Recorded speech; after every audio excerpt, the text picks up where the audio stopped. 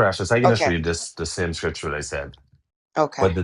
But the third servant brought back only the original amount of money and said, Master, I hid your money and kept it safe.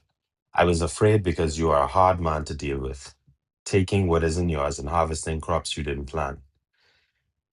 You wicked servant, the king roared. Your own words condemn you. If you knew that I'm a hard man who takes what isn't mine and harvests crops I didn't plant, why didn't you deposit my money in the bank? At least I could have gotten some interest on it. Then turning to the others standing nearby, the king ordered, Take the money from this servant and give it to the one who has 10 pounds.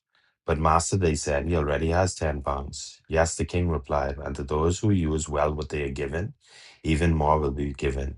But from those who do nothing, even what little they have will be taken away. And today, I'm just grateful for my wife and my children. I'm grateful for life. I'm grateful for every single thing that has been afforded to me by God's grace and His mercy. I'm grateful for each and every one of you. Us just being able to be here and to worship together and make it through another week. So I wanted to read um, the whole part of the scripture, but I think that this is one of those parables that a lot of people know. But I think it's called the parable of the talents, where the king had given. The king was traveling, sorry, and he gave each slave a certain amount of money.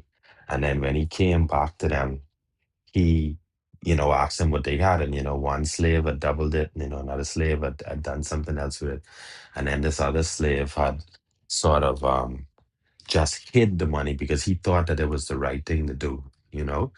And in this particular part of the scripture, it was, it was very, it was a very, very strong reminder, not just to me, but I think that what Jesus was telling us about how important it is for us to use the resources that God has blessed us with, right?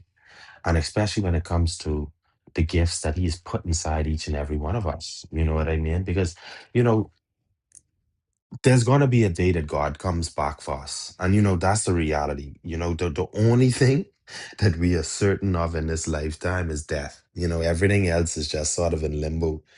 But while you here, every one of us was planted with something unique. And my constant prayer is that we all find it, because some persons think that they don't. Some persons beat themselves up about it. Some persons, don't look at life as though, like, it may things may not be going their way, and they may feel as though they're forgotten by God. But the reality is that you aren't. Every single one of us has something uniquely placed inside of us. You know, like He didn't give um Precious one gift and asked me and Precious to share that. You know what I'm saying? He didn't give Indira a gift and then said, Carrie, you and Indira need to share this gift. No, he gave each and every one of us our own portion. You know, even if our gifts may seem similar, there's something unique about what he has given you that makes your role to the human race important, your role to your family important, your role to this group important. Each and every one of us has something that is inside of us that God had intended for us to use before we die. There isn't I and I'm of strong, strong, strong belief in this. This is where my faith rests. This is where my faith, lies. Is that I know that the God that we serve has planted something unique in each and every one of us. And that's why I have to and I right here, I'll give her praise right here. You see Precious standing on the stage right now, like her role and in the capacity of the few years, I've worked with her, and even more so now I'm watching her deal with these kids and these children in this school. Like a lot of times you don't realize how important it is in that role, or to have, Christ-led persons to be in that role, because that's what allows you to bring out the best in these children. She when she gave me the opportunity to speak to her kids the other day, and she wasn't even at the school, but the level of respect that I heard these kids talking about her with, when I just asked for her, you know what I mean? And the way that I saw how knowledgeable these children were and how excited they were to be to school. you know, like that it was a real good feeling to know that like there's a Christian person behind trying to pull this talent out of these children. Because while they may come from an environment that or some of them may be in an environment or live in an environment that does not encourage them to be who they are or encourage them to utilize what it is that God has put inside them. Every day they go to school, I'm sure that they're with somebody who's trying their best to pull it out of them, you know?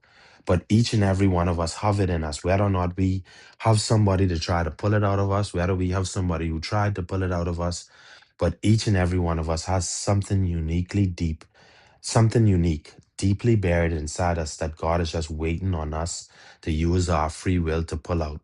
So thank you again, everyone. It's Friday.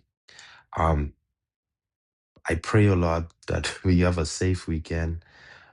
Continue to watch, pray for me and my family. Pray for my crew and the vessel. They experience some issues now.